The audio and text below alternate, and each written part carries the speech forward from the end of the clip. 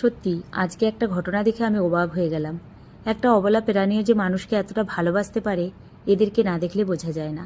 Hello everyone, কেমন আছো সবাই? এখন রেডি হয়েছে একটা রেস্টুরেন্টে যাওয়ার জন্য। এখন বাজে রাত্রি 10টা। আসলে আমাদের হঠাৎ করে এই সিদ্ধান্ত। কিছুদিন ধরেই ছেলে বলছিল যে দেশে এসেছি পাপা, চলো আমরা রেস্টুরেন্টে গিয়ে একদিন বসে খাওয়া দাওয়া করে আসি। তবে আমাদের যাওয়া হচ্ছিল না। তো আজকে রাজবাবু সন্ধ্যে থেকে আমাকে বলছিল, তো আমি বলছিলাম যে না, যাব না। তো হঠাৎ করে ছেলে বায়না করে, রাজবাবুরও ভীষণ ইচ্ছে ছিল, তাই আর আমারও রান্নাবান্না করতে ইচ্ছে করলো না, আমরা বেরিয়ে পড়লাম। আগে আমার ছেলে মেয়েকে পৌঁছে দিয়ে এসে তারপর আমাকে নিতে এসেছে রাজবাবু।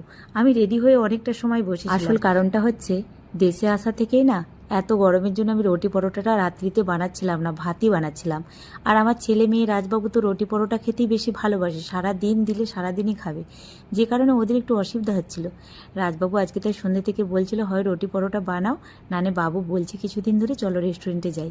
তো আমার আসার ইচ্ছে হচ্ছিল না, বাধ্যগত লাস্টে বললাম চলো, তাই রুটি পরোটা বানাবো না, রেস্টুরেন্টে গিয়ে খাওয়া দাওয়া করে আসি। তবে জানো তো, আমরা এমন একটা জায়গায় বসবাস করি, আমার শ্বশুরবাড়িটা এত সুন্দর একটা জায়গায়, এখানে না সুযোগ সুবিধাটা খুব ভালো, সামনে হাতের সামনে হাট বাজার, ওষুধপত্র, তারপর তোমার রেস্টুরেন্ট, সব কিছু সুযোগ সুবিধা পাওয়া যায়, যে কারণে আমার ভীষণ ভালো লাগে আমার শ্বশুরবাড়িতে থাকতে।